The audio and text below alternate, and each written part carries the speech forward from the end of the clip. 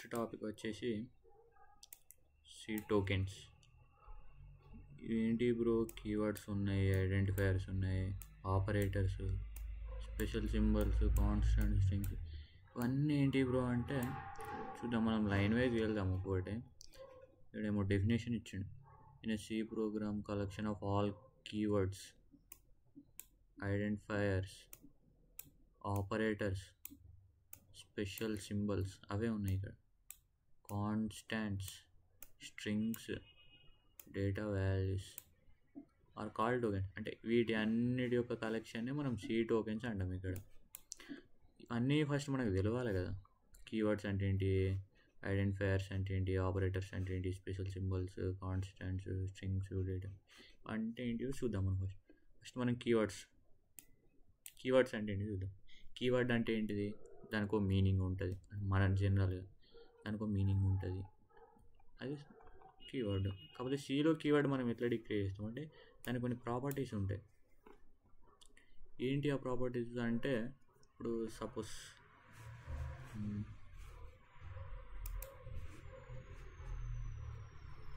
ఇక్కడ ఇంట్ అనేది ఒక కీవర్డ్, అంతే కదా. ఇంట్ అనేది ఒక కీవర్డ్. ఇవన్నీ చూడండి స్మాల్ లెటర్స్లోనే ఉన్నాయి, లోవర్ కేస్ లెటర్స్. ఇప్పుడు నేను సపోజ్ ఇది తీసేసి క్యాపిటల్ పెట్టాను అనుకోండి, పెట్టంగానే కలర్ మారిపోయింది. రన్ చేద్దాం ఏమవుతుందో చూడండి. అప్పర్ కేసు పెట్టారు, మీరు ఏం పెట్టాలి, లోవర్ కేసు పెట్టాలి. అంటే ఇది error. Unknown type of name ఇంట్, డిడ్ యూ మీన్ ఇంట్ అన్నాడు. అంటే అప్పర్ కేస్ లెటర్స్తోని స్టార్ట్ చేయదు ఎప్పుడైనా కూడా. అంటే ఎండ్ చేయొచ్చా అంటే మరి సెర్చ్ చేసి చూద్దాం. ఎండ్ చేస్తే ఏమవుతుందో. మళ్ళీ కలర్ మారింది, మళ్ళీ అంతే వచ్చింది. చూడండి, డిడ్ యూ మీన్ ఇంట్ అంటే ఇది పెట్టాలి మనం.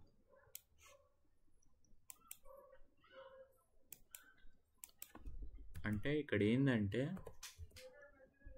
కీవర్డ్స్ని మనం రాసేటప్పుడు ఎప్పుడైనా కూడా అప్పర్ కేస్ లెటర్స్ అస్సలే వాడద్దు. అది నువ్వు ఫస్ట్ అయినా, లాస్ట్ అయినా, మధ్యలో అయినా, ఇక్కడనైనా. చూడు ఇప్పుడు వచ్చింది అవుట్పుట్. ఎప్పుడైనా కూడా కీవర్డ్స్లో అప్పర్ కేస్ లెటర్స్ వాడద్దు. అంటే నంబర్స్ వాడచ్చా అంటే వాడరాదు, స్టార్టింగ్ వాడరాదు. చూడు 1 పెట్టిన, 2 పెట్టిన, రన్ చేసిన, ఎర్రర్. అదే ఇది తీసేస్తే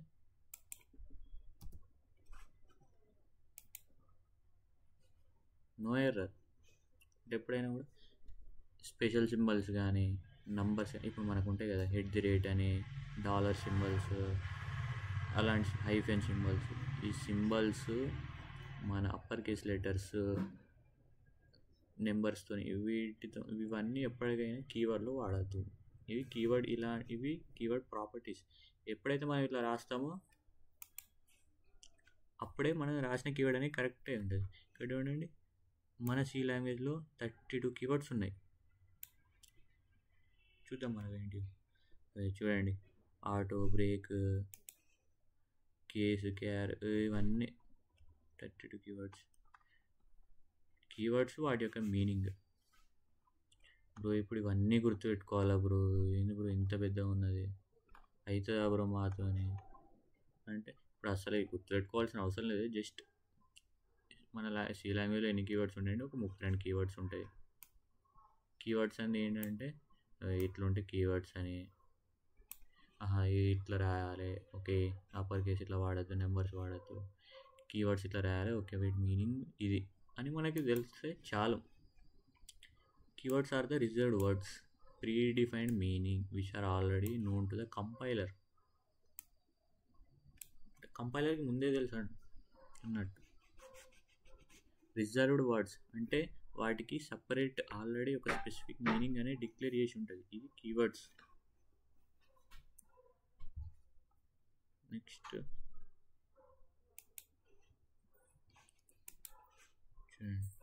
ఆటో, బ్రేక్, కేస్, క్యార్. మనం ఎక్కువ వాడేది care, continue, do, else, enum,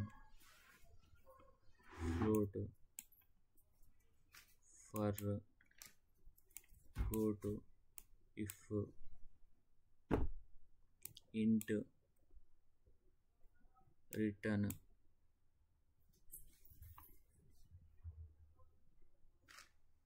void, while. ఈ అండర్లైన్ చేసి చాలా మెయిన్ ఇంపార్టెంట్ మనకి. మెయిన్లీ మనకి సిచ్యువేషన్ బట్టి ఒకవేళ అది అవసరం ఉంటే వాడు, బ్రేక్ కూడా మనకి ఇంపార్టెంట్. ఇవన్నీ మనం ఎక్కువ వాడతాం. ఈ కీవర్డ్స్ మనకి పోను అర్థమవుతా అంటే చేస్తా మనకు ప్రోగ్రామ్స్ చేస్తూ ఉంటే మనకి కీవర్డ్స్ గురించి అన్ని ఐడియాలు వస్తూ ఉంటాయి. ఇప్పుడు అవన్నీ గుర్తుపెట్టుకోవాల్సిన అవసరం లేదు. Next identifiers. ఐడెంటిఫైయర్స్ అంటే ఐడెంటిఫైయర్ నేమ్లోనే ఉన్నది. ఐడెంటిఫైయర్ అంటే ఐడెంటిఫై చేయడం. ఏం ఐడెంటిఫై చేయడం? చూడండి, user define name identifier. User define name అంటే మనం ఇచ్చే నేమ్, మనం డిక్లేర్ చేసుకునే నేమ్. ఇక్కడ చూడండి ఎగ్జాంపుల్ ఇచ్చింది, ఇంట్ మార్క్స్ క్యార్ స్టూడెంట్ నేమ్. ఈ ఇంట్ క్యార్ ఇవి ఏంటి అంటే డేటా టైప్స్.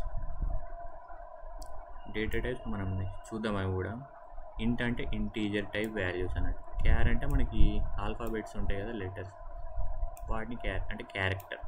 ఇంట్ అంటే ఇంటీజర్స్. వాటి మందం అలా గుర్తుపెట్టుకోండి.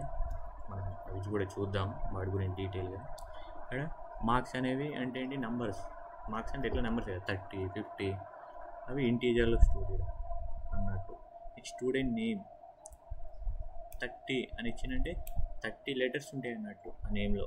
మధ్యలో స్పేస్ ఉన్నా అది కౌంట్ అవుతుంది. ఇది క్యార్లో. ఇక్కడ ఈ ఐడెంటిఫైర్ ఏంటి బ్రో ఇందులో అంటే మార్క్స్, ఈ స్టూడెంట్ నేమ్, ఇవి రెండు మనకు ఐడెంటిఫైర్స్ అన్నట్టు.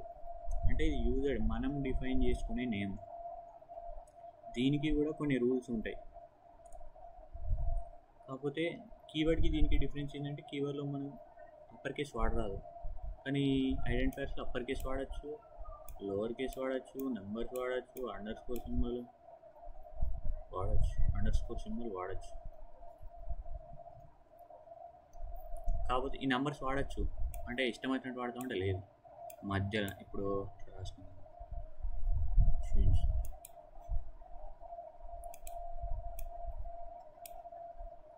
సపోజ్ నా నేమ్ రాసిన, ఇక్కడ నెంబర్స్ ఇక్కడ రాసుకోవచ్చు. 1 2 3 అది ఇక్కడ రాసిన అనుకో స్టార్టింగ్ 1. ఇది మిస్టేక్. స్టార్టింగ్ నెంబర్స్ ఉండద్దు, స్పెషల్ సింబల్స్ ఉండద్దు స్టార్టింగ్, రాంగ్. కాకపోతే అండర్ స్కోర్ మాత్రం ఉండదు స్టార్టింగ్. ఈ మెయిల్ని స్టార్టింగ్ ఉండద్దు. ఈ 1 2 3 మధ్యలో కూడా రాసుకో, అట్లా ఏమన్నా రాసుకో. స్టార్టింగ్ అండర్ స్కోర్కి మాత్రమే అలా ఉంటుంది. ఇక్కడ అప్పర్ కేస్ కూడా వాడుకోవచ్చు. ఇది ఐడెంటిఫైయర్స్ రూల్స్. అట్లా మనం యూజర్ డిఫైన్ చేసుకునే నేమ్స్ ఇవి. నెక్స్ట్ వేరియబుల్స్ అని కూడా ఉంటాయి. వేరియబుల్స్ కూడా సేమ్ మన ఐడెంటిఫైర్స్ లాగానే. వేరియబుల్స్ అంటే డిక్లేర్ చేసి ఉంచుతాం. ఇప్పుడు ఇక్కడ సపోజ్ ఇంట్ ఏ ఈజ్ ఈక్వల్స్ టు 10 సెమీకాలన్ పక్కా పెట్టాలి. సెమీకాలన్ పెట్టలేదు అనుకో, సపోజ్ 7 ఉన్న సెమీకాలాలు తీసేస్తున్నాం, అన్నిటి తీసేద్దాం ఫస్ట్. సార్ రన్ చేద్దాం ఏమొస్తుంది చూడండి. సెమీకాలన్ పెట్టలేదు చెప్తుంది మనకి error. Expected semicolon before printf. Semicolon very very important. C program నువ్వు ఏ స్టేట్మెంట్ రాసిన సెమీకాలన్స్ అనేది చాలా ఇంపార్టెంట్. నువ్వు సెమీకాలన్ పెట్టకపోతే ఎగ్జిక్యూట్ కాదు, వి మే గెట్ ఎర్రర్స్. అది ఇప్పుడు ఇది పెట్టి రన్ చేస్తే వస్తుంది అవుట్. అట్లా సెమీకాలన్స్ మనకి వేరియబుల్స్ ఏంటంటే ఇప్పుడు సపోజ్ ఏంటంటే ఏ ఈక్వల్స్ టు 10 సెమీకోలన్ పెట్టాలి ఖచ్చితంగా. ఇక్కడ చూడండి 10 అనే వాల్యూ తీసుకున్నా, దాన్ని ఎందులో పెట్టేసిన, ఏలో పెట్టేసిన. ఈ ఏ అనేది మరి ఏమన్నా కీవర్డ్ అంటే కాదు, మనం ఇక్కడ ఏ వాళ్ళు ఇట్లా పెట్టుకోవచ్చు. రామ్ ఈజ్ ఈక్వల్స్ టు 10 అని పెట్టిన. ఇది మనం వేరియబుల్స్ అన్నట్టు. వేరియబుల్ అంటే ఏంటిదంటే మనం ఏదైనా వాల్యూ కానీ ఏదైనా డేటా ఒక మెమొరీలో ఒక లొకేషన్లో స్టోర్ చేసుకోవాలి, అలొకేట్ చేసుకోవాలంటే వేరియబుల్స్ వాడతాము. ఇప్పుడు ఈ ఆర్ వాల్యూ అనేది 10 అన్నట్టు. అది దీన్ని ప్రింట్ చేయొచ్చు అంటే సెర్చ్ చేయొచ్చు, ప్రింట్ ఎఫ్.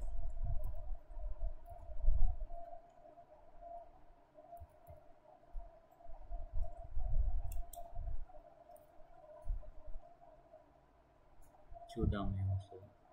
Semicolon important.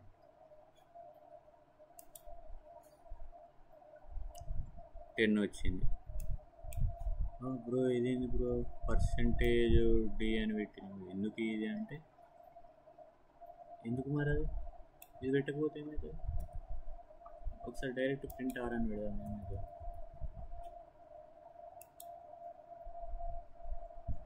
చూడండి మొత్తం ఎర్రర్ వచ్చింది. But argument is of type ఇంట్ ఎక్స్పెక్టెడ్ కాన్స్టాంట్. అంటే మనం ఇచ్చిన వాల్యూ కాన్స్టాంట్ అని క్యారెక్టర్ అని అజ్యూమ్ చేసుకుంటుంది. ఇక్కడ పర్సంటేజ్ డి అంటే ఏంటిదంటే మనం ఎప్పుడైనా ఇంటీజర్ని తీసుకోవాలన్నా, ఇంటీజర్ అని కాదు ఇన్పుట్ తీసుకోవడానికి, ఇంటీజర్ వాల్యూస్ ఇక్కడ మనం ఇచ్చింది కూడా ఇంటీజర్ వాల్యూసే 10 అనేది. కాబట్టి ఇంటీజర్స్కి మనం పర్సంటేజ్ డి అని వాడతాం. మరి క్యారెక్టర్స్ పర్సంటేజ్ సి అని వాడతాం. స్ట్రింగ్కి పర్సంటేజ్ ఎస్ అని, ఫ్లోట్కి పర్సంటేజ్ ఎఫ్ అని. ఫార్మాట్ స్పెసిఫైయర్స్ ఇది పెట్టి రన్ చేస్తే ఆర్ ఏమొచ్చింది? ఎర్రర్ వచ్చింది. ఎందుకు వచ్చింది? కామా పెట్టాలి. చూడండి కామాలు సెమీకాలంలతో మనకి చాలా ఎర్రర్స్ వస్తాయి. సో ఇక్కడ ఇంత చిన్న ప్రోగ్రామ్కి మనకి ఇట్లయితే ఒక 100 లైన్స్ 500 లైన్స్ ప్రోగ్రామ్ రాస్తూనే ఉన్నాం అనుకో, అందులో ఒక చిన్న కామా పెట్టకపోయినా, ఒక చిన్న అపోస్ట్రోఫ్ అయితే ఇట్లా సెమీకాలన్ పెట్టకపోయినా ఎర్రర్ వస్తుంది మనకి.